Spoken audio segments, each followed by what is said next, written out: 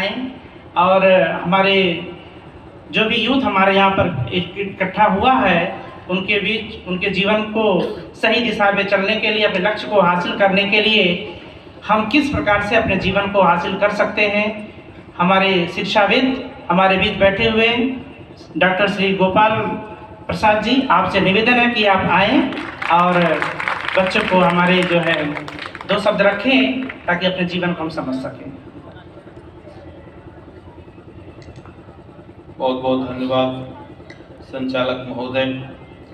सर्वप्रथम दिव्य ज्योति जागृति संस्थान के बीजारोपण करने वाले पूजनीय समाधिस्थ सर्वश्री आशुतोष महाराज जी के चरणों में सादर वंदन नमन। इस पवित्र गुरु गोरक्षनाथ की धरती पर पधारे युवाओं के प्रेरणा के केंद्र प्रिय भाई अवध ओझा जी, हमारे आस्था के केंद्र गोरक्षनाथ मंदिर के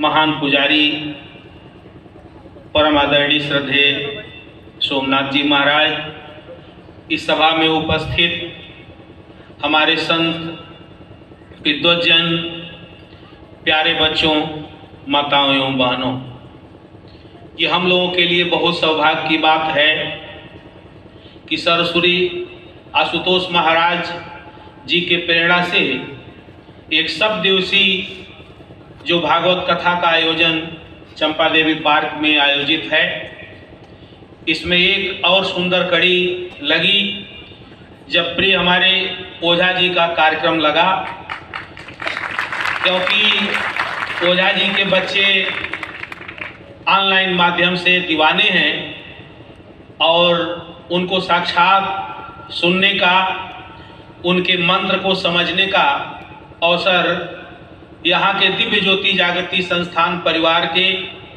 स्वामी जी अर्जुनानंद महाराज जी की टीम ने उपलब्ध कराया, इसलिए मैं हृदय से आभारी हूँ। मित्रों, यह जीवन बहुत अद्भुत और अमूल्य है।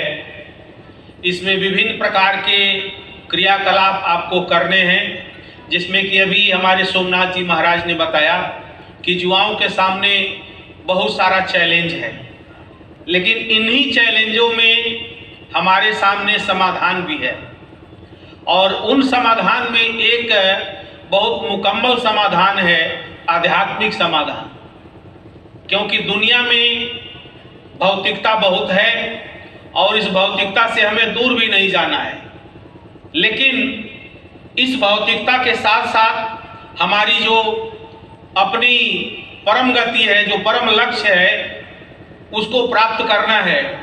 और इसके लिए दिव्य ज्योति जागृति संस्थान ने युवा परिवार समिति के माध्यम से जो ये अवसर समय समय पर उपलब्ध कराती है युवाओं को, इसके लिए दिव्य ज्योति जागृति संस्थान परिवार बहुत ही धन्यवाद का पात्र है।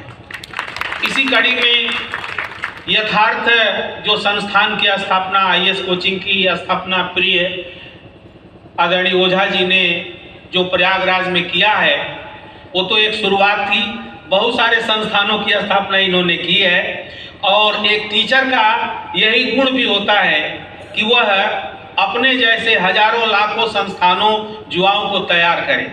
इसी में उसकी उपलब्धि है और यही उसके जीवन का ध्येय होना चाहिए।